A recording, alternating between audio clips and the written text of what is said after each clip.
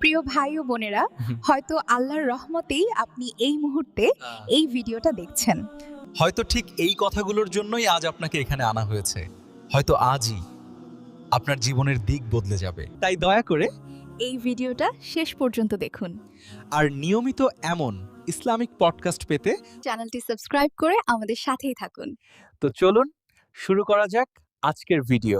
এটি শুধু একটি পডকাস্ট নয়, এটি সত্যের পথে এক সফর। স্বাগতম ইসলামিক পডকাস্টে।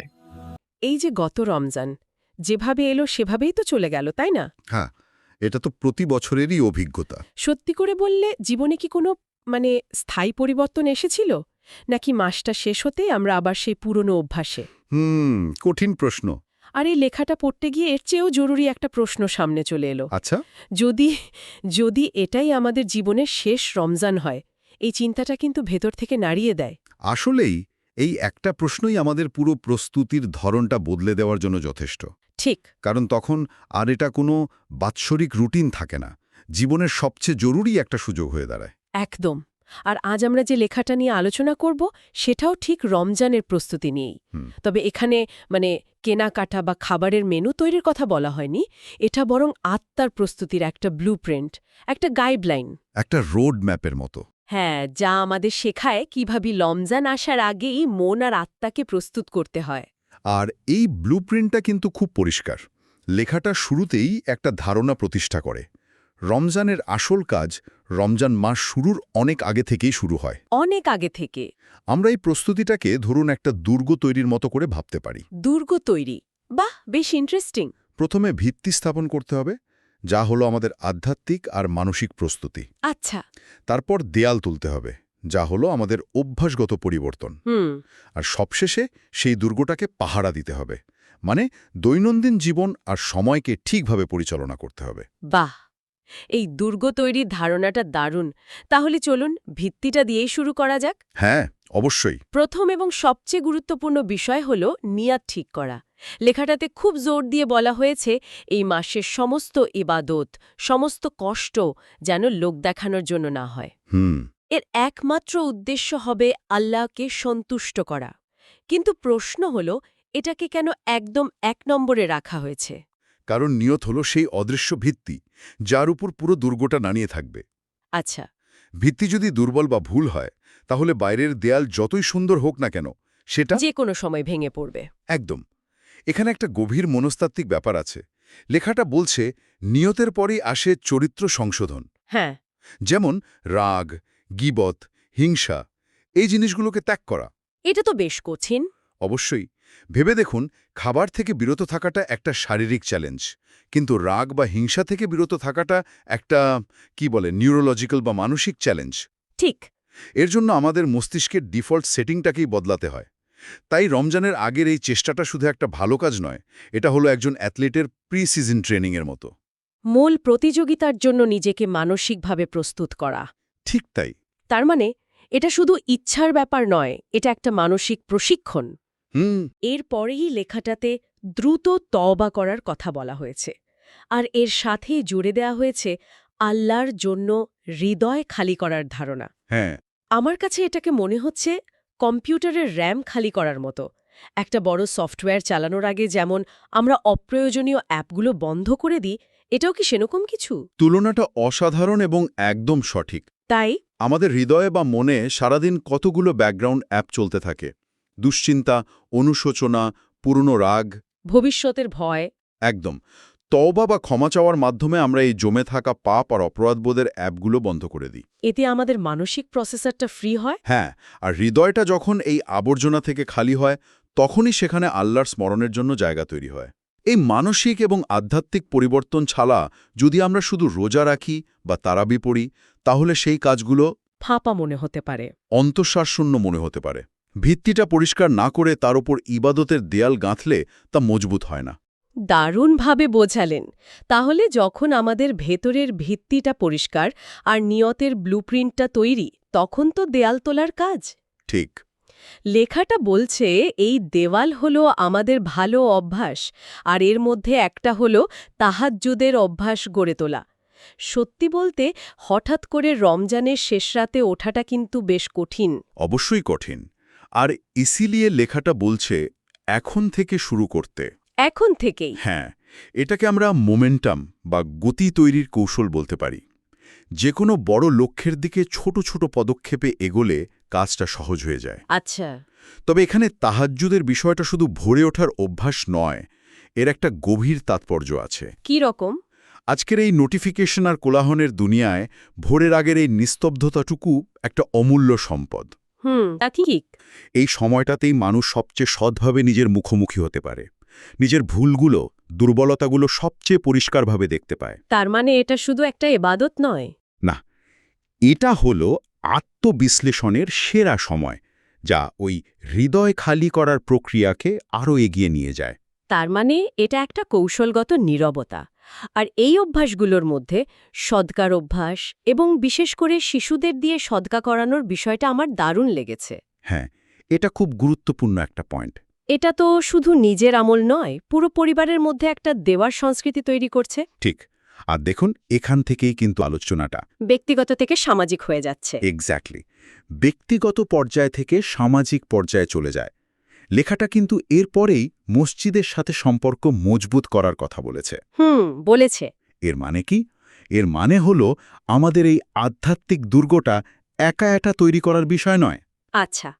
তাহাজ্জুদ বা কোরআন তিলাওয়াত হয়তো ব্যক্তিগত ইবাদত, কিন্তু সদকা দেওয়া বা মসজিদের জামাতে অংশ নেওয়া, এগুলো আমাদের দুর্গটাকে বৃহত্তর সামাজিক দুর্গের সাথে জুড়ে দেয়। এতে আমরা একা থাকি না। একা থাকি না, একটা কমিউনিটির অংশ হয়ে যাই। তখন একজনের শক্তি অন্যজনের অনুপ্রেরণা হয়ে দাঁড়ায়। এটা আমার প্রস্তুতি থেকে আমাদের প্রস্তুতিতে পরিণত হয়। এটা একটা জরুরি দিক, কারণ একা একা লড়াই করার চেয়ে একসাথে এগোনো অনেক সহজ। অবশ্যই। আচ্ছা, তাহলে আমাদের ভিত্তি তৈরি হলো, দেয়ালও উঠল, কিন্তু দুর্গ তো অরক্ষিত রাখা যায় না। একে রক্ষা করতে হবে। আর এখানেই আসছে তৃতীয় এবং হয়তো সবচেয়ে চ্যালেঞ্জিং অংশটা, সময় এবং জীবনযাত্রার ব্যবস্থাপনা। আর আমাদের সময়ের সবচেয়ে বড় শত্রু তো এখন আমাদের হাতের মুঠোয়, ইন্টারনেট। একদম। লেখাটা খুব স্পষ্টভাবে ইন্টারনেট থেকে সংযম এবং অপ্রয়োজনীয় কাজ কমানোর কথা বলছে। এর পেছনের দর্শনটা কি? দর্শনটা হলো ইচ্ছাকৃতভাবে নিজের সময়ের নিয়ন্ত্রণ নেওয়া। আমরা প্রায় বলি সময় নেই, সময় নেই। হ্যাঁ, এটা তো খুবই কমন একটা কথা। কিন্তু লেখাটা বলছে সময় থাকে না, সময় তৈরি করতে হয়। আর সেটা করতে হয় অপ্রয়োজনীয় জিনিস ছেঁটে ফেলে। যেমন রমজানের জন্য একটা নির্দিষ্ট সময়সূচি তৈরি করা, অফিসের কাজ গুছিয়ে রাখা, কেনাকাটা আগে সেরে ফেলা, এই সবগুলোই সেই উদ্দেশ্য পূরণের হাতিয়ার। আচ্ছা। ব্যাপারটা এমন যে আপনি যদি নিজের সময়ের জন্য পরিকল্পনা না করেন, তাহলে অন্য কেউ বা অন্য কোনো অ্যালগোরিদম আপনার সময়ের জন্য পরিকল্পনা করে দেবে। কিন্তু একটা প্রশ্ন আসছে মনে, এই যে সময়সূচি তৈরির কথাটা, আমার কেন জানি মনে হচ্ছে এটা একটু বেশি যান্ত্রিক, মানে একটা কর্পোরেট ফিলিং আসছে। আচ্ছা। আধ্যাত্মিকতার সাথে কি এত কাঠখোট্টা রুটিন ঠিক খাপ খায়? এতে কি স্বতঃস্ফূর্ততা নষ্ট হয় না? এটা একটা খুব স্বাভাবিক প্রশ্ন, কিন্তু লেখাটা সম্ভবত বোঝাতে চাইছে যে কাঠামো আসলে স্বতঃস্ফূর্ততার শত্রু নয়, বরং বন্ধু। বন্ধু কিভাবে? যখন আপনার দৈনন্দিন কাজগুলো, যেমন অফিসের কাজ বা বাজার করা, একটা রুটিনের মধ্যে চলে আসে, তখন আপনার মনটা ওইসব নিয়ে চিন্তা করা থেকে মুক্তি পায়। ও আচ্ছা। আর তখনই ইবাদত বা আল্লাহর স্মরণের মতো গভীর বিষয়গুলোর জন্য স্বতঃস্ফূর্তভাবে জায়গা তৈরি হয়। পরিকল্পনাটা থাকে পার্থিব কাজের জন্য, যাতে আত্মাটা অপরিকল্পিতভাবে আল্লাহর দিকে মনোযোগ দিতে পারে। বাহ, এটা তো পুরো দৃষ্টিভঙ্গিটাই বদলে দিল। হুম। আর এই প্রসঙ্গেই লেখাটার একটা লাইন আমাকে একেবারে থামিয়ে দিয়েছে। কোনটা? কতদিন আমরা বলবো এখনও তো সময় আছে। সত্যি বলতে প্রতি বছরই ভাবি এবার আগে থেকে প্রস্তুতি নেব, কিন্তু শেষ পর্যন্ত দেখা যায় রমজানের আগের রাতে তাড়াহুড়ো চলছে। একদম। এই লাইনটা আমাদের এই পরে করব স্বভাবটাকে একদম নাড়া দিয়ে দেয়। এবং এটা শুধু আমাদের একার নয়, এটা মানুষের একটা সাধারণ প্রবণতা। লেখাটা এই দীর্ঘসূত্রিতার বিরুদ্ধে একটা জরুরি বার্তা দিচ্ছে। এটা আমাদের অপরাধবোধে ভোগানোর জন্য নয়। না না, বরং জাগিয়ে তোলার জন্য। আর এই জাগরণটা শুধু মানসিক নয়, শারীরিকও। শারীরিকও? হ্যাঁ, দেখুন, এরপরই স্বাস্থ্যকর জীবনযাপনের কথা বলা হয়েছে, যেমন ঘুমের নিয়ম ঠিক করা বা ধূমপান থেকে বিরত থাকা। ও আচ্ছা। এগুলো একদিকে যেমন স্বাস্থ্যের জন্য ভালো, তেমনি এবাদতের জন্য জরুরি। রাতে তাড়াতাড়ি ঘুমালে ফজরে বা তাহাজ্জুদে ওঠা সহজ হয়। আর ধূমপান ছাড়লে রোজার ক্লান্তি কম লাগে। ঠিক। এমনকি কাজা রোজা আদায় করা বা রোজার মাসালা জেনে নেওয়ার মতো প্রায়োগিক বিষয়গুলো প্রস্তুতির অংশ। সব মিলিয়ে এটা একটা 360 ডিগ্রি প্রস্তুতির চিত্র। যেখানে আত্মা, শরীর, সময়, জ্ঞান, পরিবার, সমাজ সবকিছুই অন্তর্ভুক্ত। একদম। তাহলে পুরো আলোচনাটা যদি এক জায়গায় আনি, ব্যাপারটা দাঁড়াচ্ছে যে রমজানের সাফল্য অনেকটাই নির্ভর করে এর আগের প্রস্তুতির ওপর। নিঃসন্দেহে। ফাইনাল পরীক্ষার আগে যেমন মডেল টেস্ট দেয়া হয়, এটাও সেরকম। সারা বছর অবহেলা করে শুধু রমজানের প্রথম দিনে হঠাৎ করে বদলে যাওয়াটা প্রায় অসম্ভব।